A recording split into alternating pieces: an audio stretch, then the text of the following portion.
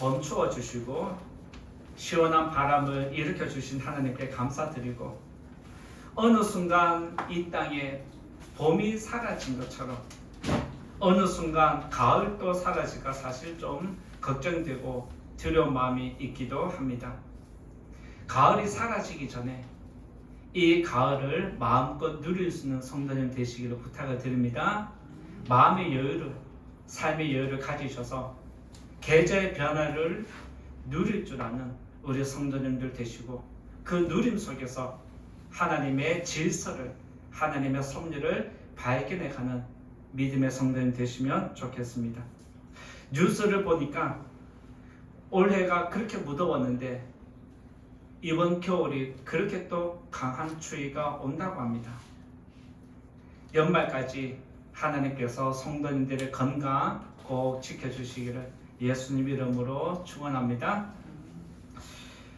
코로나가 끝난 올해 우리 교회는 큰 행사가 있다라면 저는 두 가지를 이야기할 수 있습니다. 우리 교회에 두 가지 큰 행사가 있다면, 첫 번째는 무엇이 있을까요? 6월 달에 임직식이 있었습니다. 그렇죠? 그리고 두 번째 큰 행사가 있다라면 10월 5일에 있을 행복 나눔 바자회입니다. 우리 교회가 처음으로 바자회를 했을 때는 2018년 3월 10일에 했습니다. 2017년 3월 달에 개척을 했는데 2018년 3월 달에 했어요. 1년밖에 안 되는데 일꾼도 없는 상태에서 그렇게 바자회를 했다는 게 참 신기하더라고요. 지금 생각해보면, 야, 그렇게 적은 인원으로 그렇게 그분들이 섬겨주셨구나 라고 생각할 때, 지금과 비교해보면 참 그때 대단했다는 생각을 한번 가지게 되었습니다.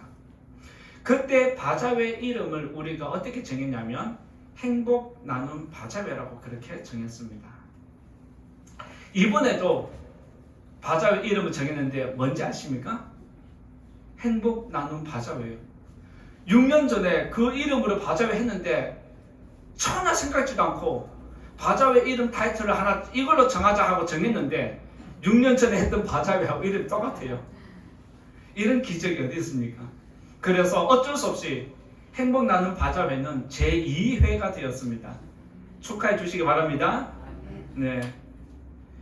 행복 나눔 바자회가 이렇게 2회를 맞이했는데 앞으로 언제가 될지 모르겠지만 회가 거듭되어질수록 지역민들과 더 많이 소통이 되고 더 풍성한 은혜가 되도록 하나님께서 우리 교회 모든 행사들을 축복해 주시기를 원합니다.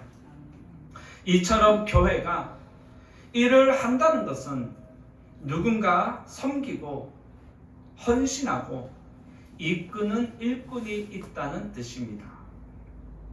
비록 지금 우리가 볼 때 일꾼도 부족하고 연약한 것은 사실이지만 6년 전에도 했는데 6년 전보다 지금 몇 배나 성장한 우리 교회가 이 일을 못하면 되겠습니까?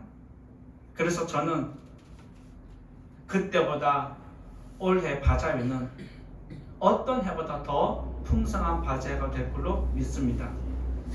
이렇게 앞장서서 일해주는 일꾼들이 있기에, 또 일하는 일꾼을 앞세웠을 때에 뒤에서 섬겨주고 따라주고 용기를 주는 성도님들이 있기에 잘 할 수 있을 거라 믿습니다.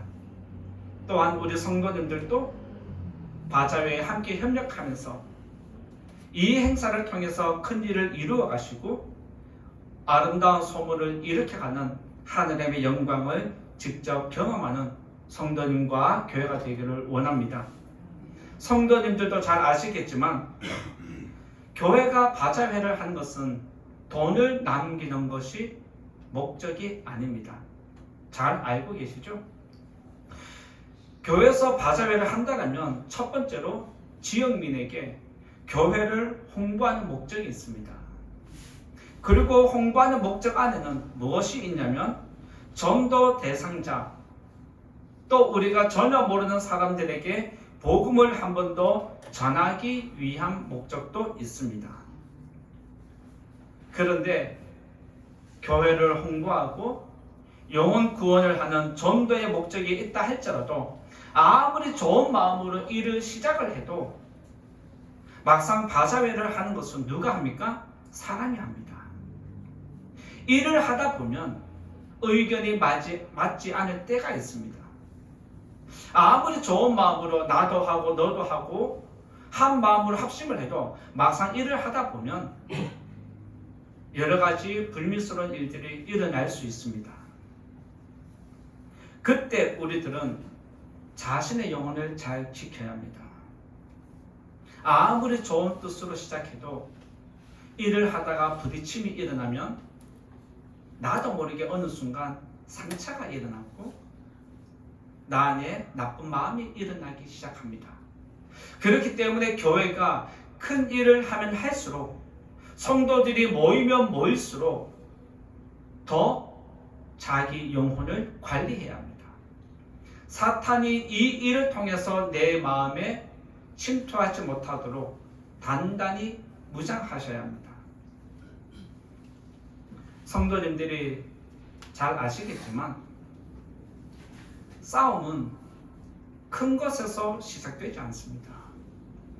싸움은 아주 작은 것에서 시작되는 것 알고 계시죠?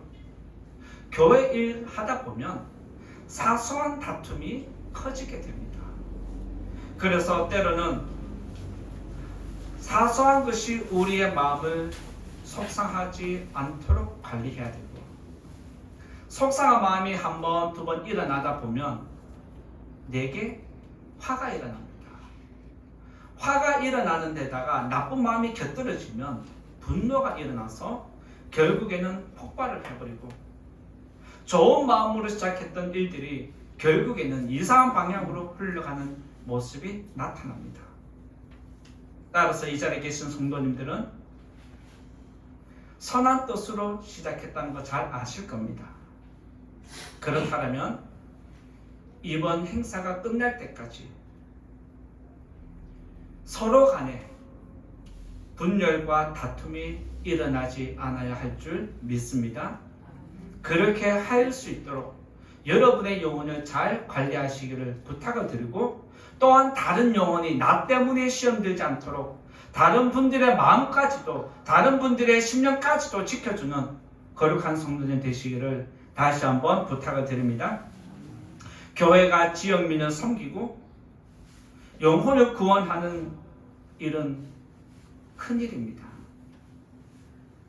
큰일을 행할 때 교회와 성도가 시험 들지 않으려면 우리가 어떻게 해야 되는지, 우리가 경계해야 될 것이 무엇인지 오늘 또 말씀드리고자 합니다.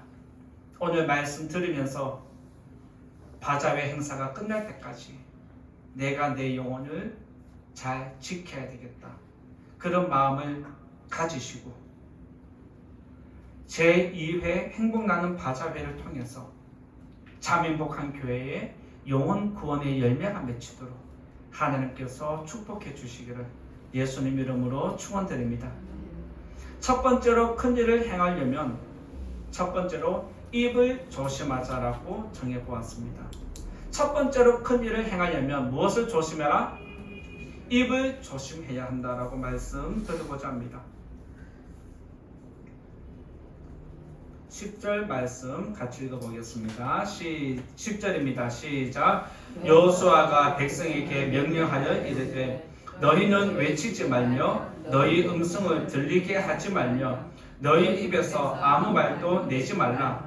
그리하다가 내가 너희에게 명령하여 외치는 하는 날에 외칠지니라 하고. 큰 일을 행하려면 첫째 뭐를 조심해라? 스스로 입 조심해야 된다는 말 하셨어요? 바제 끝날 때까지 입 조심하셔야 됩니다. 아시겠죠? 여호수아가 백성을 이끌고 가나안 땅에 들어가서 정복해야 하는 첫 번째 성이 여리고성입니다. 그런데 하필 여리고성입니다. 가나안 성 중에서도 가장 크고 튼튼한 성이 여리고성입니다.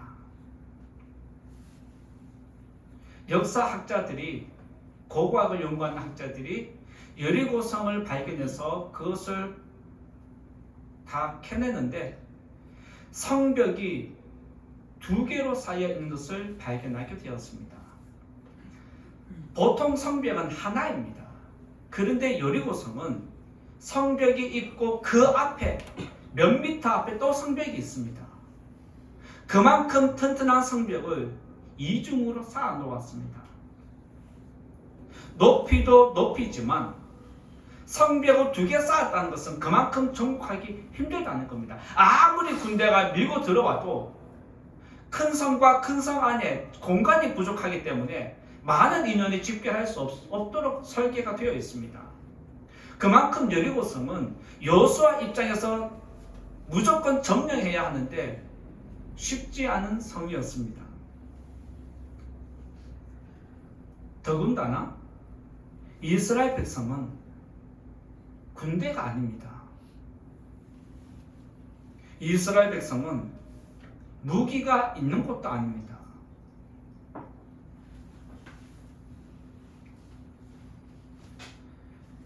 이스라엘 백성은 40년 동안 광야만 맴돌다가 지금 여리고성 앞에 모였다는 사실입니다.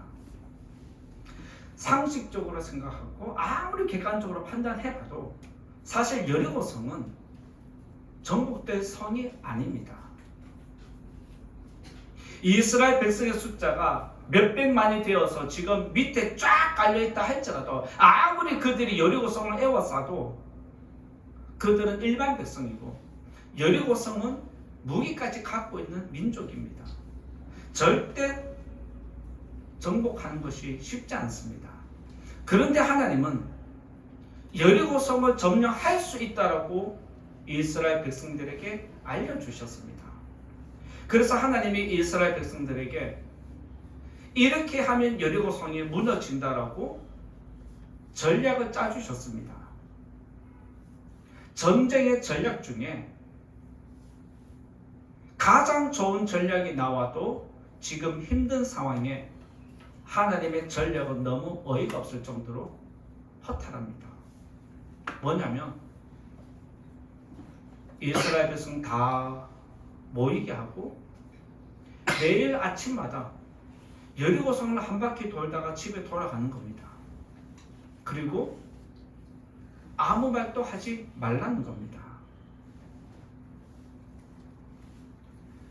이 말을 들었을 때 어느 백성이 괜찮다라고 박수치는 백성이 있겠습니까? 하나님의 지략이 뛰어나다라고 어느 누가 인정해 줄 수 있겠습니까? 하나님이 제안한 방법은 밤중에 첩자가 문을 열어주면 들어가라고 말하지 않습니다. 백성들이 성의 가장 연약한 부분을 알려주고 거기에 집중 공격하라고 말하지도 않습니다. 성 안의 군대를 이끌어내어서 정복하라고 말하지도 않습니다. 내가 너희들을 위해서 이웃 주변국에 군대를 보내주겠다고 말하지도 않습니다.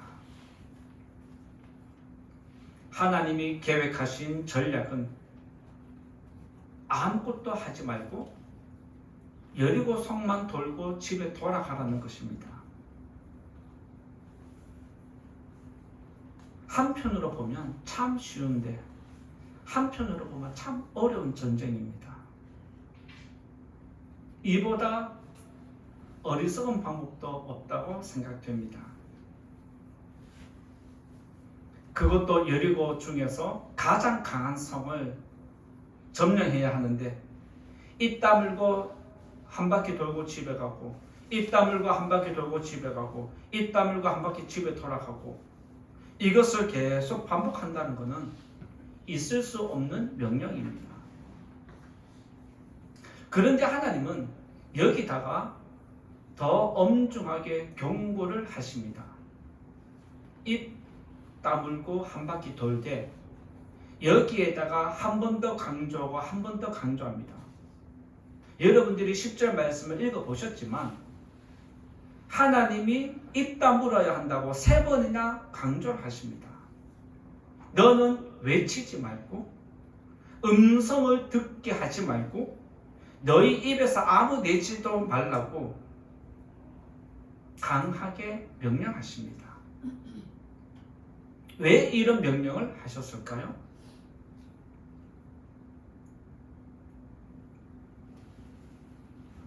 여러분 같으면 이 명령에 즐거운 마음으로 알겠습니다 하고 적극적으로 순종하시겠습니까? 만약 하나님이 이스라엘 백성들에게 입을 단속시키지 않았다면 여리고 성을 도는 백성들의 입에서 무슨 말이 나오겠습니까? 어떤 이야기가 나오겠습니까? 여러분 같으면 말도 안 되는 것을 시킬 때 여러분들은 입 꾹 닫고 있으면 괜찮지만 입이 있다라면 무슨 말이라도 하지 않겠습니까? 특히 내가 지금 이해가 안 되는데 우리 자녀들이 물어보는데 내가 뭐라고 대답을 해줘야 되는데 자녀들이 질문하려고 하면 있다다 말을 못하게 해요. 왜 이렇게 하셨을까요? 만약 그들이 말을 하기 시작했다면 백성들의 입에서는 좋은 이야기보다 무슨 이야기가 많이 나올까요? 나쁜 이야기가 나올 가능성이 매우 높습니다. 이것 때문에 말하고 저것 때문에 말하고 이 사람 입대고 저 사람 입대고 입을 대다 보면 끝이 없지 않겠습니까? 거기다가 지금 이스라엘 백성이 몇십 명도 아니고 몇백만 명의 숫자입니다. 그 사람들이 한마디만 하더라도 그 이스라엘 공동체가 얼마나 혼란스러워지겠습니까? 부정적인 말 때문에 전쟁하러 왔고 정복하러 왔는데 우리 보고 입 다물고 한 바퀴 돌고 집에 가라고 이거 뭐하는 짓이야? 이 한마디를 시작으로 해서 내 믿음을 무너뜨리고 다른 사람의 영혼까지 파괴한다면 이보다 더 큰 죄가 없다는 겁니다. 그래서 하나님은 그들의 마음이, 그들의 심령이, 그들의 믿음이 무너지지 않도록 하기 위해서 입을 다물어야 한다고 명령하신 겁니다. 하나님의 명령은 말씀을 지키라는 겁니다. 내가 너희에게 엄중한 명령을 3번이나 했으니까 절대 순종하라는 겁니다. 내 말을 거역하지 말라는 겁니다. 하나님의 말씀을 거부하고 말을 한다는 것은 하나님의 말씀의 근간을 흔드는 것과 똑같습니다. 그리고 하나님의 말씀을 흔드는 것은 공동체의 믿음을 나의 믿음뿐만 아니라 다른 사람의 믿음까지도 파괴하기 때문에 말을 조심해야 한다고 알려주십니다.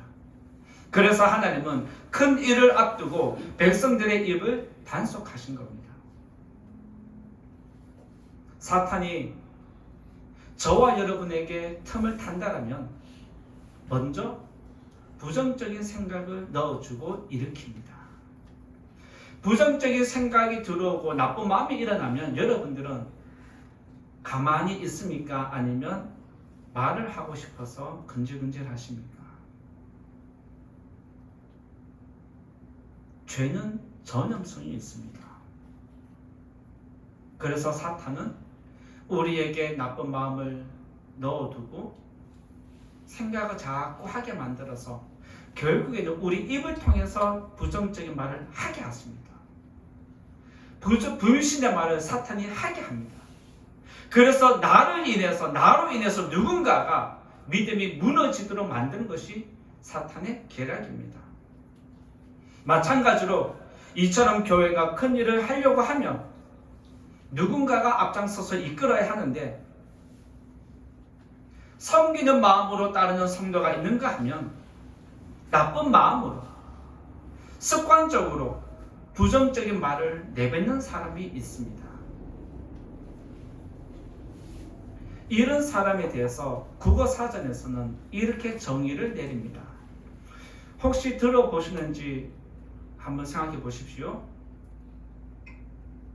뭔가 하려고 할 때, 열심히 하려고 할 때 부정적인 말로 그 사람의 길을 꺾는 게 국어사전에서는 초를 친다라고 말을 합니다. 혹시 들어보셨습니까? 큰 일을 하려고 하는데, 용기를 내서 하는데, 일이 잘 되도록 하려고 하는데 저 사람 하는 꼬라지 보기 싫어서 그 사람의 기운을 꺾어버리는, 기운을 빼는 사람이 있습니다. 그런 사람을 국어사전에서는 초를 친다라고 그렇게 이야기를 하는데, 사탄이 꼭 이렇게 일을 행하는 것입니다.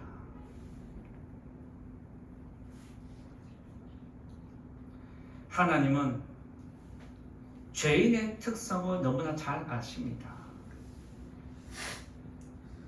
말도 안 되는 방법으로 그 강하고 튼튼한 여리고성을 무너뜨리겠다는데 어느 누가 이해가 되어서 하나님의 방법이 신기하다 박수치겠습니까? 말도 안 되는 순종을 요구함에도 불구하고 백성들의 악한 마음이 일어나는 것을 하나님은 원천 차단시킵니다. 부정한 말을 뱉지 말라는 겁니다. 불신의 말을 뱉지 말라는 겁니다. 모든 사람이 한 마음으로 열심을 내려고 할 때 초를 치지 말라는 것이 하나님의 말씀입니다. 우리 교회가 지금 코로나 끝나고 6년 만에 바자회를 하는데 우리 교회로서는 큰일입니다.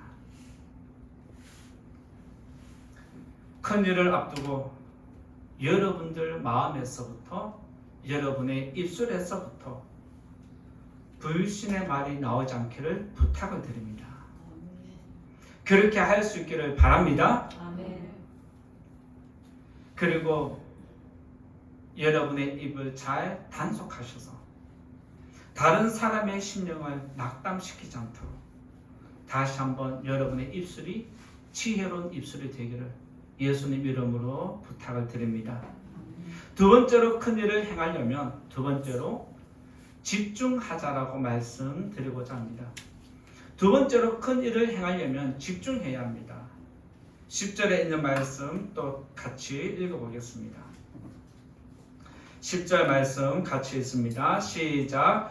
여호수아가 백성에게 명령하여 이르되 너희는 외치지 말며 너희 음성을 들리게 하지 말며 너희 입에서 아무 말도 내지 말라. 그리하다가 내가 너희에게 명령하여 외치라 하는 날에 외칠지니라 하고. 하나님은 이스라엘 백성에게 여리고성을 매일 한 바퀴 돌고 집에 돌아가면 된다라고 했습니다. 그리고 그때까지는 아무 말도 하지 말라는 겁니다. 그런데 내가 마지막 날에 이제는 소리를 내도 괜찮다라고 할 때 그때는 큰 소리로 외쳐야 한다라고 또한 명령하십니다. 하나님은 6일 동안 백성의 입을 다물게 하셨지만 백성의 입장에서 볼 때 6일 동안 아무 말도 하지 않고 살아간다? 이것만큼 답답한 일이 어디 있겠습니까? 여러분들이 누군가와 다툼이 일어나서 속이 상해서 가족 간에, 친구 간에, 또 사회생활하는 직장인 간에 한번 속이 상하면 말 안 해본 적 있으시죠? 말 안 하면 며칠 동안 안 해보셨습니까? 서로 삐지고 속이 상하면 말을 안 하죠. 최대 며칠까지 가보셨어요? 손들으라면 또 큰일 나겠고. 그때 여러분들의 마음은 편안하십니까? 아니면 계속 힘드십니까? 왜 힘든데 왜 말을 안 해요?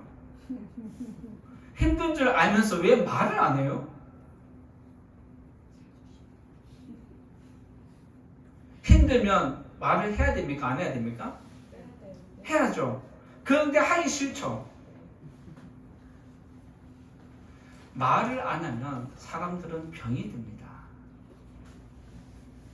해야 될 말을 안 하게 되면, 마음에 담아두면 이것이 현대어로 스트레스라고 해서 모든 병의 원인이 여기서 시작된다라고 이야기를 하고 있습니다. 말을 안 하면 화병이 일어납니다. 그런데 하나님은 이스라엘 백성들에게 6일 동안 아무 말 하지 마. 집에 가서 6일 동안 아무 말도 안 하고 산다고 생각해 보십시오.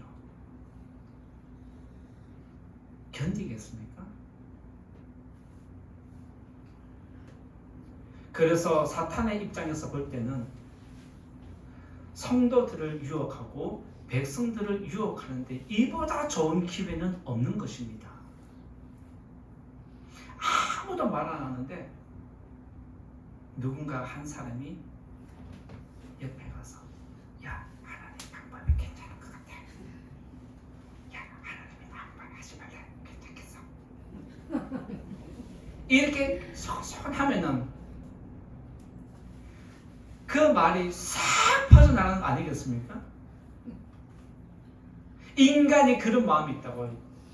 저와 여러분에게 이런 마음이, 말을 하지 말라고 하면 하루 이틀은 안 할 수 있어요. 근데 6일 동안 아무 말도 하지 말고 참으라는 것은 입이 근질근질거려서 견딜 수가 없는 거예요.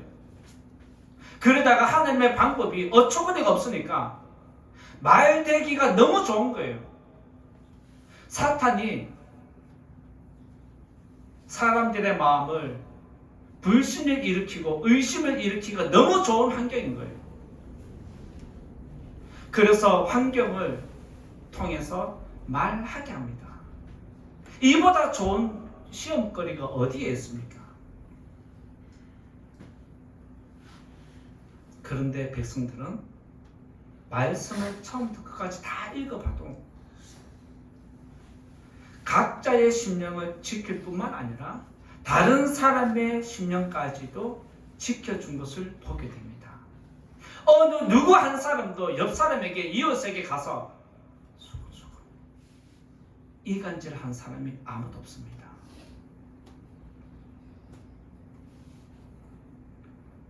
나의 마음에서 일어나는 악한 씨를 제거하고 다른 사람의 심령에 반항의 불씨를 일으키지 않았다는 겁니다. 하나님께서 이처럼 백성들의 입을 6일 동안 닫게 하신 건 가장 중요한 마지막 날에 집중하라는 것입니다. 속상한 마음이 일어나면 참는 것도 한계가 있습니다. 참을 때는 참아지지만 그 참는 것이 점점 한계에 다다르면 어느 순간에 분노가, 감정이 폭발합니다. 마찬가지로 이스라엘 백성들도 다 어른이고 보는 눈이 있고 벙어리도 아닌데 6일 동안 아무 말도 하지 않고 가만히 있는 것은 절대 쉬운 게 아닙니다. 여러분들도 행사가 진행되어져 가는 모든 과정들을 볼 때 여러분들도 얼마나 똑똑합니까? 여러분들도 사회 경험 얼마나 많습니까? 이런저런 경험 통해서 얼마나 많은 것을 알고 있습니까? 그런 것을 볼 때마다 입대고 싶은 게 분명히 있을 텐데 그때마다 참는 것 쉬운 것 아닌 거 압니다. 그럼에도 하나님은 백성들에게 앞에서 일하는 일꾼을 믿고 기다리라고 말씀하십니다. 마지막 날까지 기다리고 그 마지막 날에 너의 모든 에너지를 쏟아서 협력하라고 말씀하십니다. 믿습니까? 우리 교회가 큰 일을 앞두고 있는데 행사가 끝날 때까지 마지막 날까지 각자의 마음과 입을 지켜야 합니다. 교회 행사가 많고 교회 일이 많으면 많을수록 성도들 간의 부딪힘이 자주 일어납니다. 그리고 사람이 많으면 말이 많아지는 건 당연합니다. 말이 많아지면 배가 산으로 갈까요? 바다로 갈까요? 말이 많다는 것은 하나님보다 인간이 더 우선일 경우가 많다는 겁니다. 여러분들이 말 많은 교회 혹시 보십니까? 여러분이 알고 있는 교회들 중에 말 많은 교회를 알고 있다면 한번 생각해 보시면 그 교회는 계속 시끄럽습니다. 그 말을 반대로 해석을 하면 은혜가 없다는 뜻입니다. 즉 말 많은 교회는 뭐가 없다? 은혜가 없는 겁니다. 이 말은 말하는 그 사람에게 뭐가 없다? 은혜가 없다는 것과 같은 것입니다.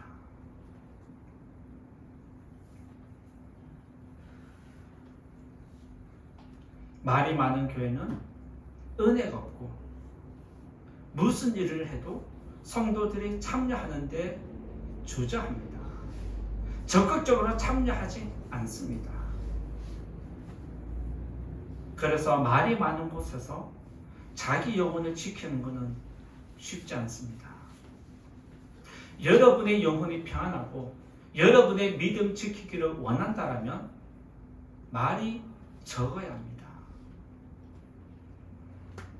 사람은 매우 강한 것 같지만 아주 연약한 존재입니다.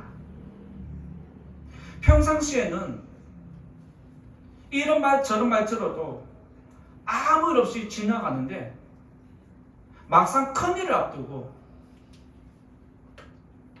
무엇인가 하려고 하면 스쳐 지나가는 그 한마디가 귀에 들어오면 그 영혼이 낙담되는 경우를 종종 보게 됩니다. 일을 열심히 하려고 하는데 평상시에는 무슨 욕해도 그냥 그 사람 마음이야 냅둬 그냥 지나가는데 교회를 앞두고 큰일을 앞두고 마음을 다해서 집중하고 있는데 누군가가 야야 저 사람 저거 한대 저거 저렇게 되겠어? 그 한마디에 지나가는 말에 꽂혀가지고 낙담하는 성도들이 의외로 많다는 것입니다.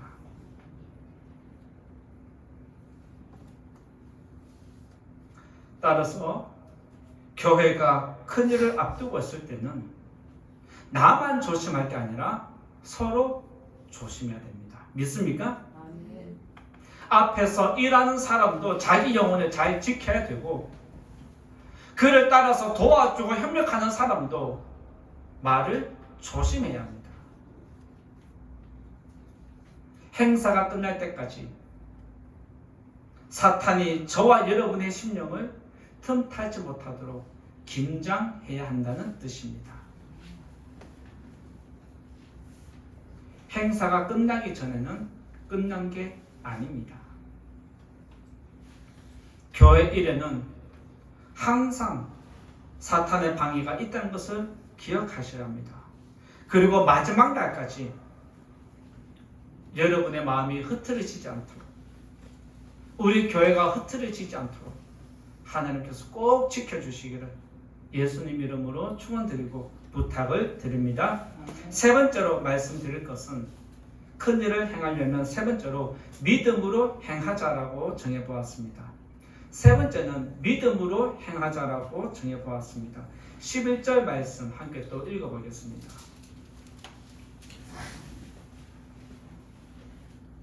11절 같이 읽어봅니다. 시작.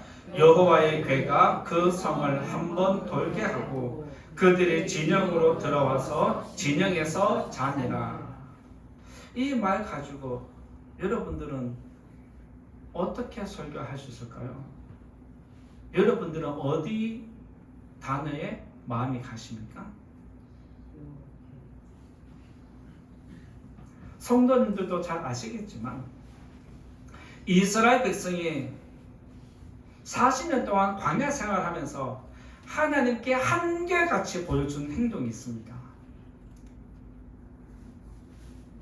이스라엘 백성들이 광야 40년 동안 한결같이 하나님께 보여준 행동이 무엇이냐면 하나님을 불신하는 겁니다. 그리고 원망하는 것이었습니다. 이해가 되십니까? 광야 40년 동안 하나님이 백성들에게 물을 주고 먹을 것도 주고 입을 것도 그렇게 공개해 줬는데도 불구하고 그들은 한결같이 뭐만 했다? 불신하고 원망했다는 겁니다. 그리고 지금 원망과 불신이 습관처럼 젖어 있는 백성들입니다. 그리고 위대한 지도자, 능력 있는 지도자 모세가 죽었습니다. 모세의 뒤를 이어서 지금 여호수아가 이스라엘 백성을 이끌고 있습니다. 40년 동안의 행실을 보면 모세가 사라진 다음에 여호수아가 지금 세워진 이 마당에서 백성들이 원망할 법도 합니다. 불신의 마음이 일어날 법도 하고 나는 여호수아를 믿지 못하겠다. 너의 지도력을 나는 못 믿겠다라고 이야기해도 할 말이 없는 상황입니다. 그렇게 불신과 원망으로 40년 동안 살아왔던 백성들이 오늘 말씀에 보면 모두가 한 마음과 한 뜻으로 원망과 불평이 일어나지 않습니다. 완전히 사라진 것을 보게 됩니다. 말도 안 되는 명령을 했음에도 불구하고 백성들은 토를 달지 않습니다. 여호수아가 하자 하니까 그럼 다 따라가는 거예요. 이것만 이상합니까? 이스라엘 백성들이 여리고성을 점령하겠다라고 몇백만 명이 지금 때로 몰려왔는데 여리고성에 있던 백성들은 여리고성을 지키는 군사들은 이스라엘 백성들의 행동을 보고 얼마나 어이가 없겠습니까? 이스라엘 백성의 행동도 이상하지만 그들을 지켜보는 여리고성 사람들도 이상하게 지켜볼 수밖에 없습니다. 성경의 기록을 보면 이스라엘 백성들이 이렇게 이상한 행동을 하고 집에 돌아가서 뭐라고 이야기합니까? 잠을 잤다라고 그렇게 기록을 하고 있습니다. 원망하는 모습이 일어나지 않고 불평하는 모습이 일어나지 않고 화가 일어나지 않았습니다. 잠을 잔다는 것은 모든 이스라엘 백성들의 마음이 평안했다는 뜻입니다. 어떠한 마음도 불평이 일어나지 않았다는 겁니다. 화가 일어나지 않았기 때문에 그들이 무사히 집에 돌아가서도 이렇게 이상한 행동을 하고도 잠을 잘 잤다는 것이 하나님의 기록입니다. 왜 그랬을까요? 이스라엘 백성이 여호수아를 믿었다는 겁니다. 그의 지도력을 이상한 방법으로 우리를 이끌고 있음에도 불구하고 그를 끝까지 믿고 따랐다는 것을 보게 됩니다. 백성들은 여호수아를 믿어 주었습니다. 그리고 여호수아는 하나님의 방법을 믿었습니다. 만약 여호수아가 하나님이 이렇게 하라 할 때 거부하면 되는데 안 했어요. 그냥 믿었어요. 그 방법을 여호수아가 백성들에게 알려주었을 때도 백성들은 우리 그 방법 아니야 라고 말하지 않습니다. 그냥 그대로 받아들입니다. 하나님의 방법을 여호수아는 믿었고 여호수아의 방법을 백성이 믿어 주었습니다. 그래서 온 공동체가 믿음으로 하나 된 것을 보게 됩니다. 큰 일을 앞두고 가장 중요한 게 무엇인지 아십니까? 행사를 잘 준비하는 게 아닙니다. 행사를 앞두고 가장 중요한 것은 서로 믿는 것입니다. 믿으시기 바랍니다. 서로 믿어주는 공동체 되기를 부탁을 드립니다. 앞에서 이끌어줄 때 믿어주시고 밑에서 도와줄 때, 협력해줄 때 서로 믿고 의지하는 우리 교회가 되시기를 부탁을 드립니다. 이처럼 하나님은 일꾼을 세우고 누군가를 통해서 교회에 큰 일을 하게 하십니다.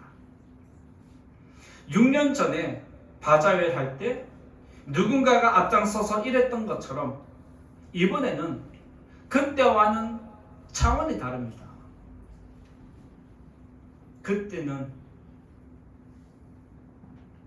자원하는 마음으로 그냥 집사님이 앞장서서 했다라면 이번에는 여러분들이 직접 손으로 선출한 일꾼을 세웠습니다. 여러분이 세운 일꾼을 통해서 지금 이번 행사를 진행하는 것입니다. 여러분들이 사회생활 해보셔서 아시겠지만 앞장서서 일한다는 것은 결코 쉬운 게 아닙니다. 행사를 준비하다 보면 챙길 게 한두 개가 아닙니다. 행사를 하다 보면 일을 맡겨야 하는 사람이 있는데 그 사람들마다 달란트가 다 다르기 때문에 그 사람들의 달란트를 생각해서 자리를 배치하는 것도 절대 쉬운 게 아닙니다. 나는 여기 달란트가 있다고 생각했는데 다른 자리를 맡긴다? 나는 싫은데요 하고 뿌리치면 어떻게 합니까? 이것저것 다 챙겨야 하는 것이 앞장서서 일하는 일꾼입니다. 그러다 보면 앞장서서 일을 하다 보면 잠을 설치게 됩니다. 이런저런 일들로 잠을 이루지 못할 때가 종종 있습니다. 그거 광고해야 알까요? 안 해도 알고 계시죠?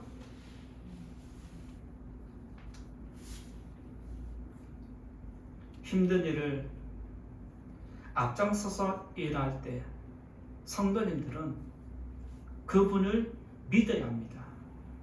믿어주시기 바랍니다. 그리고 한 마음으로 협력해야 할 줄 믿습니다. 그렇게 협력하시길 바랍니다. 아멘 안 해요 누군가가. 교회가 큰 일을 하면 할수록 영혼 구원을 위해서 무엇인가 하려고 하면 할수록 사탄은 어떻게든지 교회를 분열시키고 협력하는 마음을 방해합니다. 그리고 연약한 성도들을 통해서 나쁜 말을 일으키고 부정적인 생각을 통해서 믿음의 공동체를 흔들려고 합니다. 그리고 거룩한 일을 혼탁하게 만들려고 합니다. 따라서 성도님들은 이제 얼마 남지 않은 이 기간 동안 여러분의 심령을 잘 지키셔야 합니다. 그리고 적극적으로 도와줘야 합니다. 행사를 이끄는 책임은 지도자에게 있습니다. 행사를 이끄는 책임 누구에게 있다? 지도자에게 있습니다. 그러면 성도님들은 책임 없을까요? 어떤 책임이 있을까요? 행사가 무너지지 않도록 받쳐주는 책임이 있습니다. 믿으시기 바랍니다. 앞에 선 사람은 이끌어야 하는 책임이 있지만 그 그 행사가 무너지지 않도록 버티는 것은 누가 한다? 성도의 몫입니다. 그래서 앞에서 이끄는 자와 밑에서 받쳐주는 성도들이 함께 힘을 합쳐야 거룩한 일을 이루어갈 수 있습니다. 온전한 믿음으로 하나가 되기를 원하고 이번 바자회를 통해서 구원의 열매가 참 행복한 교회 많이 맺히기를 예수님 이름으로 축원드립니다. 이제 결론의 말씀 드리고자 합니다. 교회가 큰 일을 행하려면 모든 성도가 입을 조심해야 합니다. 그리고 마지막 날 행사에 집중해야 합니다. 믿음으로 하나가 되어야 합니다. 교회 일은 복음 전파와 영혼 구원에 초점이 맞추어져 있습니다. 이 일을 할 때 항상 세상과 사탄의 도전이 있음을 기억하시고 여러분의 영혼을 지킬 뿐만 아니라 다른 성도들의 영혼까지도 지켜주는 성도님 되시기 바랍니다. 이번 행복 나눔 바자회를 통해서 이 지역에 아름다운 소문이 일어나고 하나님의 영광이 드러나는 바자회가 되기를 예수님 이름으로 축원드립니다.